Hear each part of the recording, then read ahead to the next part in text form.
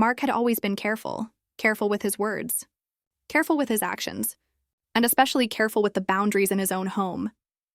When he married Claire 2 years ago, he knew it wouldn't just be about building a life with her, it would also mean stepping into the life of her daughter, Emily. At 21, Emily was no child.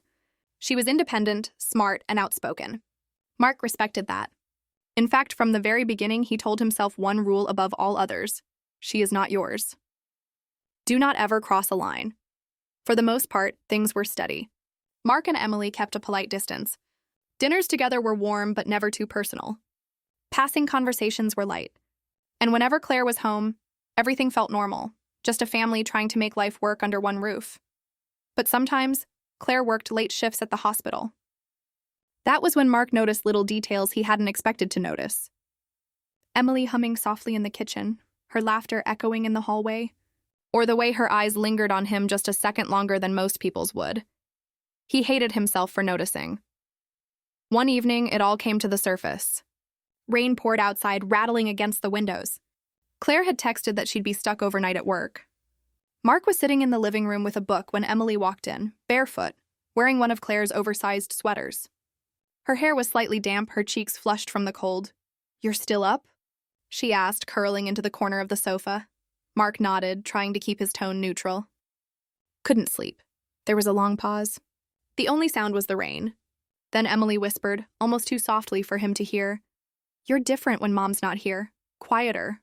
More yourself." The word struck him harder than he expected. He closed the book, uncertain of what to say. "And what do you mean by that?" Emily shrugged, but her eyes didn't waver. "You act like you're always holding back. Around her, around me. Like you're afraid to show who you really are." Mark's chest tightened. He wanted to remind her of boundaries, of the space that needed to exist between them. But her voice was steady, her expression raw and searching. "I'm not afraid," he said at last, though it sounded unconvincing even to his own ears. Emily leaned a little closer. "Then why does it feel like you're keeping something locked away?"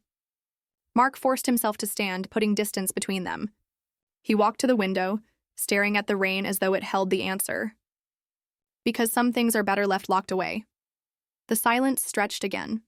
He thought that would end it. But then from behind him, her voice came low and trembling. "What if I don't want you to lock it away anymore?" Mark froze.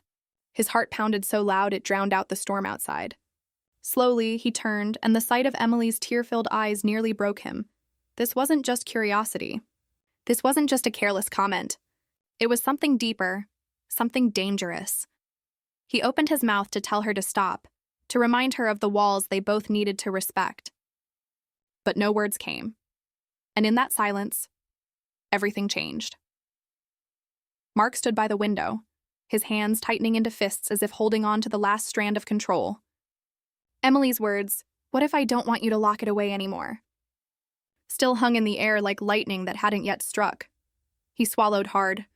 "Emily, you don't know what you're saying." But she shook her head.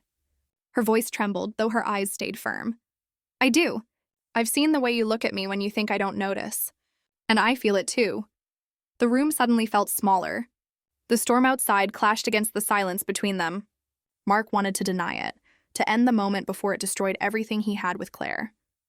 But Emily's honesty cracked something inside him, something he had buried under rules and walls. "Emily, I made a promise," he said finally, his tone heavy with conflict. "To your mom. To myself, I won't cross that line." Tears welled in her eyes, but she didn't back away. "I'm not asking you to break promises. I'm just asking you to stop pretending. You care about me more than you should. And I care about you more than I expected." Her voice faltered on the last word, and Mark felt the weight of her vulnerability. She wasn't trying to trap him. She wasn't trying to play a game. She was simply telling the truth, no matter how dangerous it was. Mark turned away again, pressing his hand to the glass. "This will ruin everything," he whispered. Emily rose from the sofa, her footsteps soft on the carpet as she moved closer. "Maybe it will," she admitted, "but maybe pretending isn't fair either."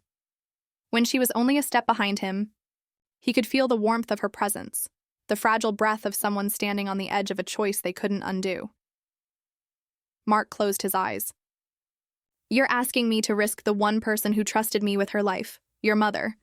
How can I look her in the eye if I— Her hand brushed his arm, feather light but enough to stop his words. I'm not asking you to betray her, she whispered. I'm asking you to be honest. With yourself. With me, his heart twisted. For years, he had lived by control, by setting boundaries that would keep everyone safe. But now, standing in this moment, he realized those walls were already shattered. Not by his choice, but by the undeniable truth between them. He turned to face her. Her eyes glistened, searching his face as though waiting for him to push her away or pull her closer. The storm outside roared, but the louder storm was in his chest. Emily— His voice cracked. If we take one more step, nothing will ever be the same again. Her answer came quickly, as if she had already thought it through. Maybe that's what needs to happen. Mark's breath caught. Time seemed to hold still, the world pausing on the edge of something irreversible. In that fragile pause, one thought consumed him. He had built his life on boundaries, but sometimes it was the broken lines that revealed where the heart truly lived.